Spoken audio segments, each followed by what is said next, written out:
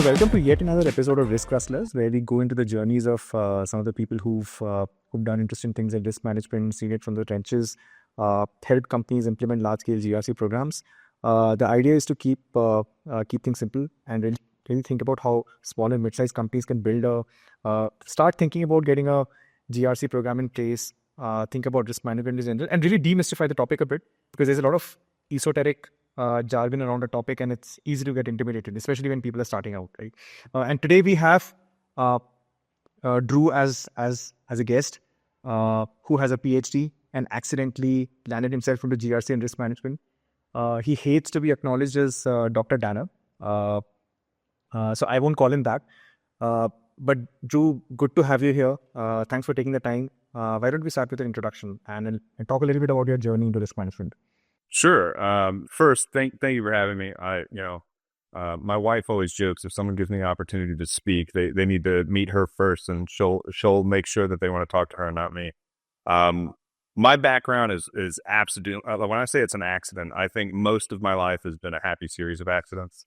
I started my career in the Army, in the infantry, and I was injured, and that led to me looking to change my career in the Army, and I moved into systems.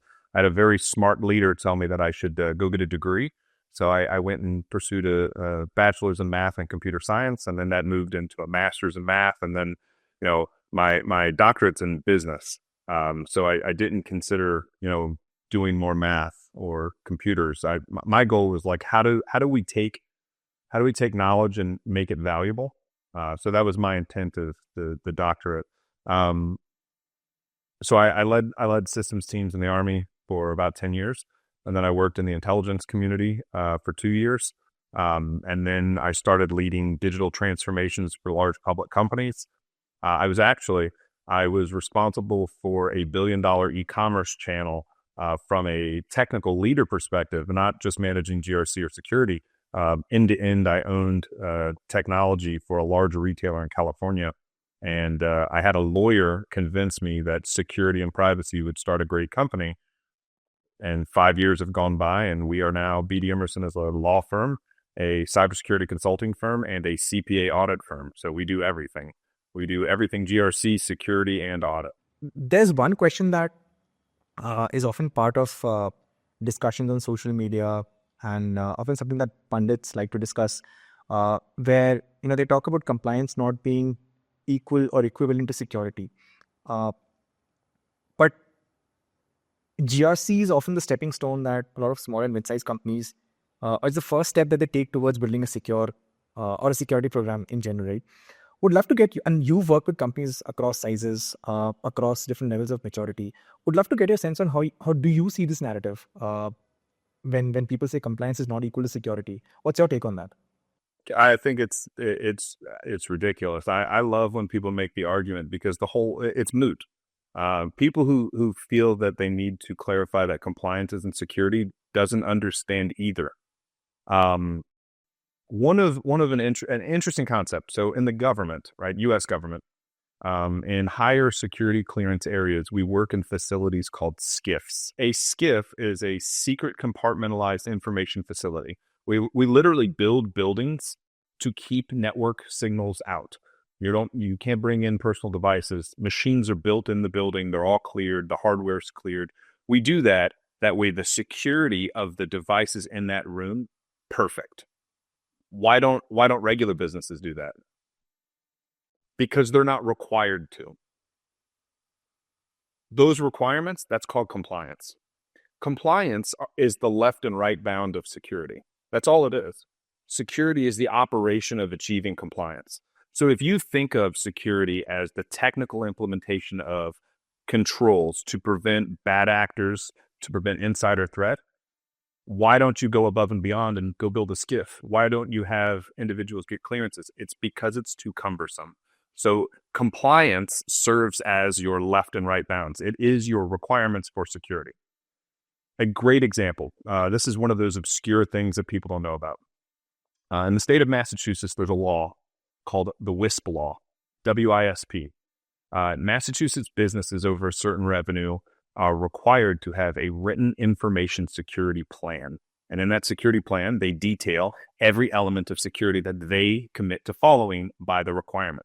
Now, most of these companies, they don't actually want to build security. Some of these, right, like Massachusetts has tons of consulting firms, law firms, right? They have big services businesses. Services businesses aren't famous for security, right? Like if you're a staffing agency, you don't care about security, but they're required to.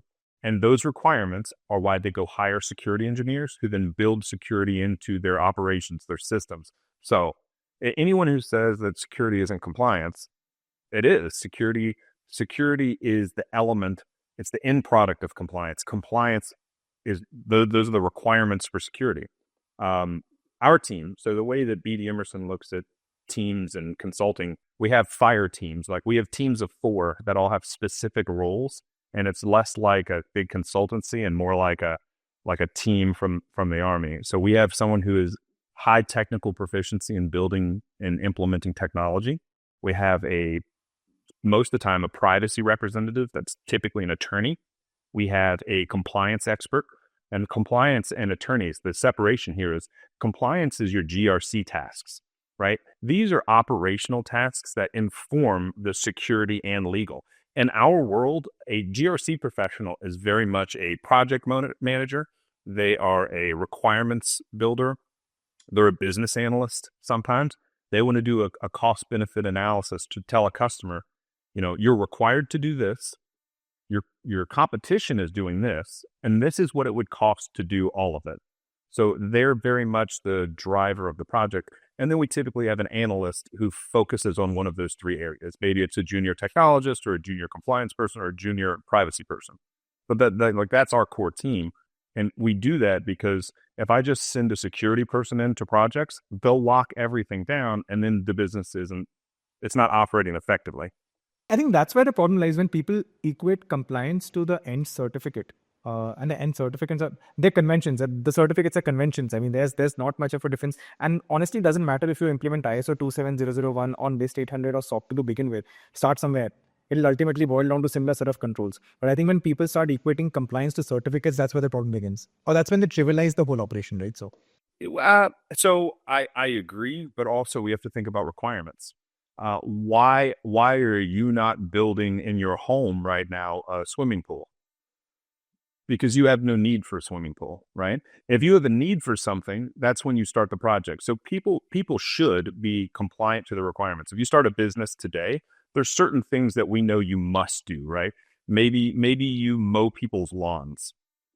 You should mow people's lawns with ethics and integrity. We don't steal. We don't overbill. You do the easy things right. You do the normal, everyday things correctly. Businesses run into this issue all the time.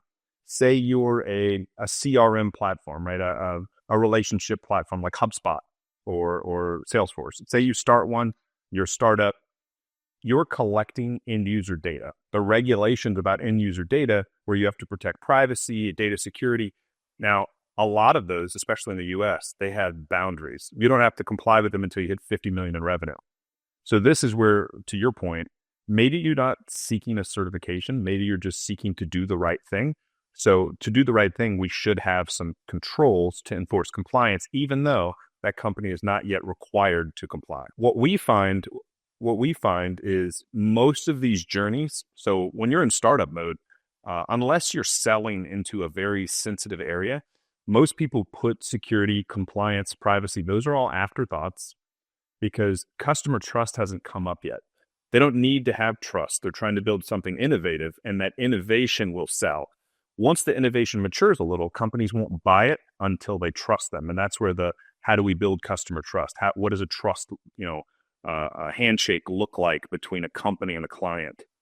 And how do we do that with compliance? Got it. Makes sense. So let me actually break this question down the following way, right? So you fair and companies should start thinking about having a fairly hygiene GRC program even before they strictly are needed to be compliant or have to build towards a certificate as the end goal.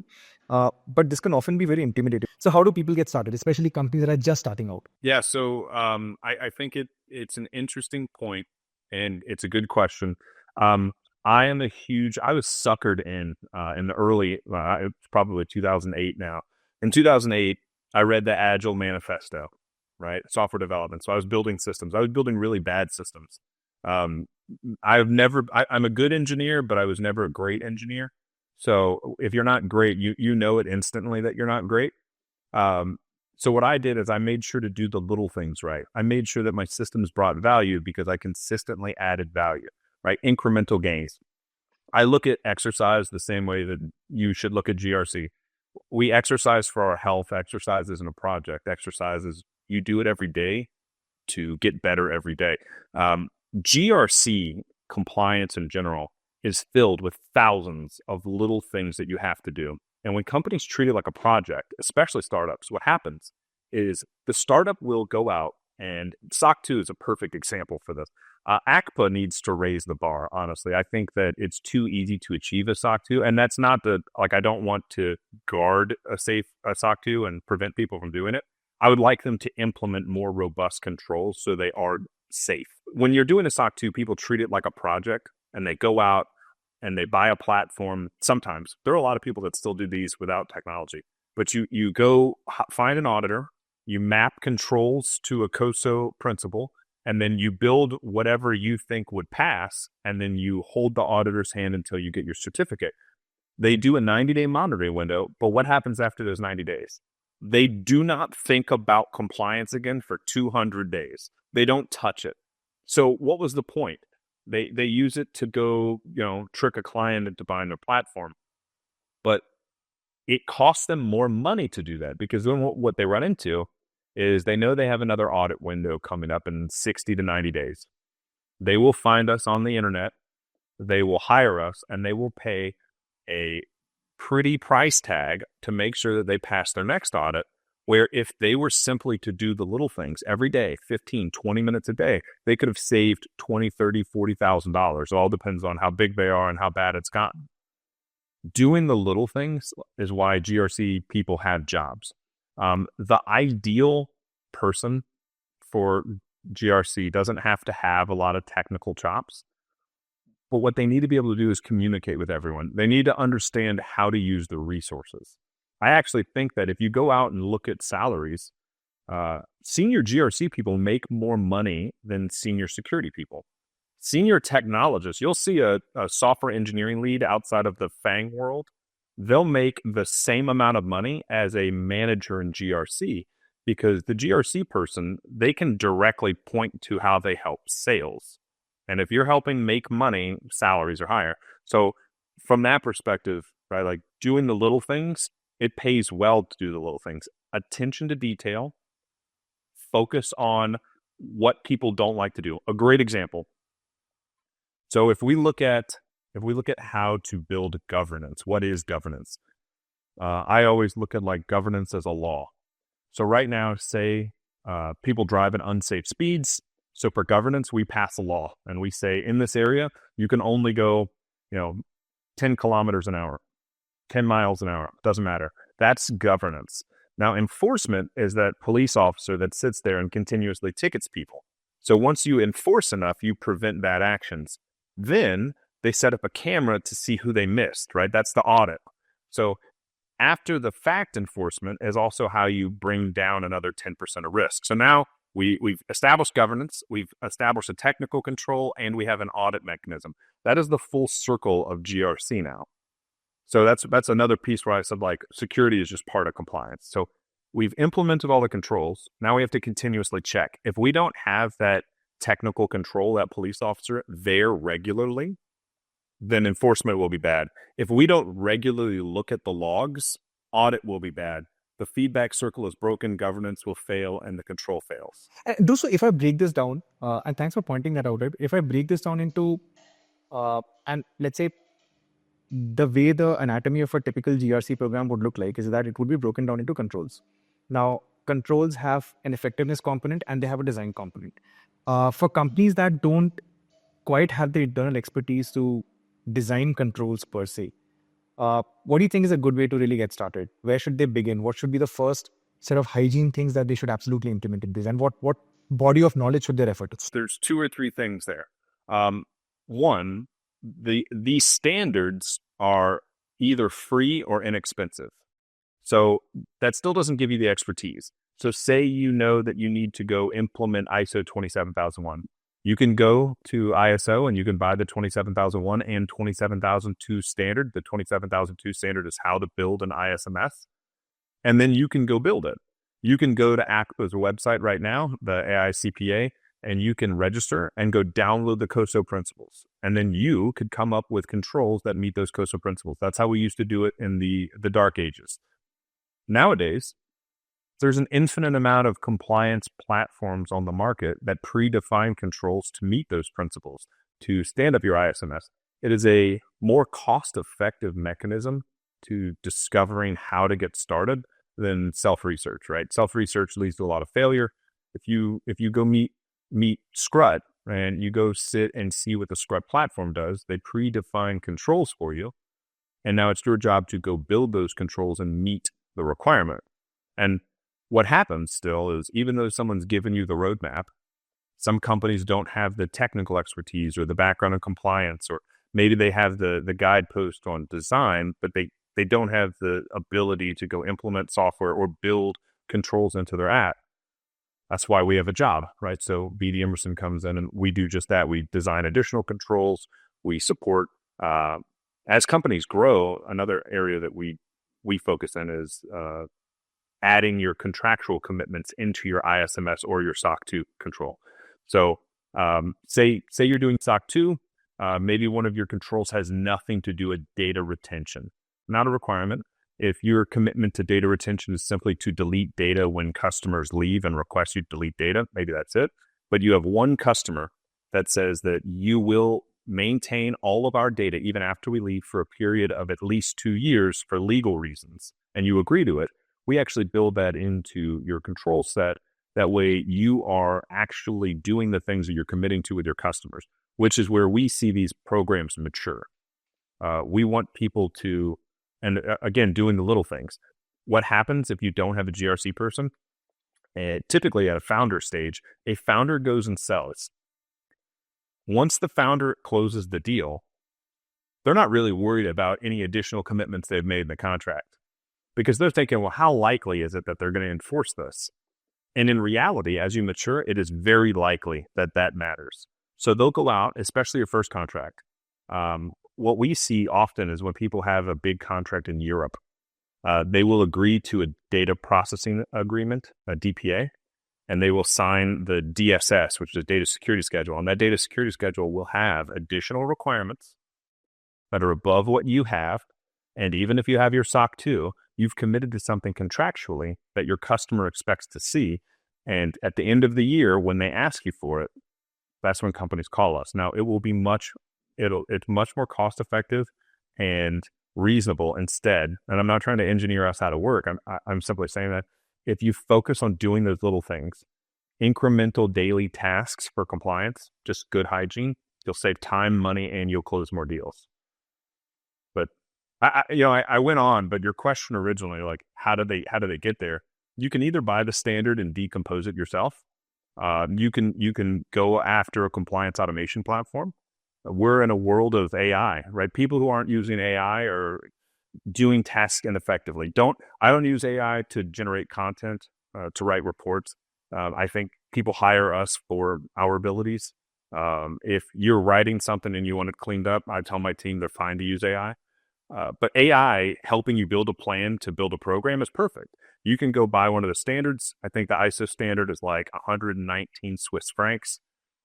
You buy it, you dump it into AI, and you say, hey, AI, I want you to break this down into controls that we can implement, and it will build you a list of controls. And you can have a conversation with any of the, agentic flows, right? Your OpenAI, your Claude, your whatever. You can say, we don't want to do this. We do want to do that. How flexible is it? And you can have a conversation. Now, you cannot rely on those responses to be 100%. They're not experts, but that is a great place to start. So if you have the do it free, do it cheap, do it good, do it great. If you're looking at that tier, you can start with the free until you hit that bound of capacity. Like, I can't do this anymore. Either I don't have the technical abilities, or I don't have the knowledge, or I don't have the resources. And then people would typically move to cheap. What I'll tell people is, like, cheap has its place, I think good is typically what's best for most people. You find a platform that meets all of your needs today and that you can see yourself grow with. And if you do that, that's going to help that GRC person manage the program. It's going to help founders, have that muscle of GRC before they hire someone to do that work. You don't hire a GRC person until you're about, probably close to 100 people in size. Yes, I was actually going to come to that. What my next question was going to be, what do you think is a minimum viable team construct for a small company, small to mid-sized company that's just getting started on creating a good, mature GRC program? We have clients that hired us as the first employee. We have a VC-backed startup that knew that their customer base, their ICP, would not buy their product unless it was above SOC 2 to start. So now we have a founder that just received a good chunk of capital, 5 or 6 million to go build a product. They want to get that product out in a year, and they hired security team first because they knew that the most important requirements that would go alongside their vision were security requirements.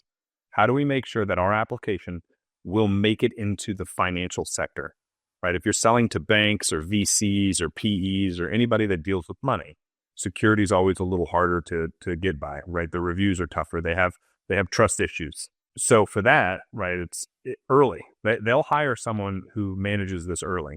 Their composition would be, if they don't hire us, they typically look for a security-focused like software engineer, someone who's also served in a security role, which is a unicorn, and they'll overpay for that person. When people hit about the 50 mark, right? So if you're services or software, at 50 people, your revenue is at a point where you're probably selling up market if you didn't start selling up market. As you do that, you're going to receive more and more security checkpoints as you sell your services or your software. Lots of companies go out and hire external consultants, which is great, right? Like that's how we make money. I'm happy you do it. Keep doing it. But if I was in their shoes, you can train someone who's capable on the team to own parts of security, own parts of compliance. How do you train them if you don't have the skill set? Via a platform, and not a training platform.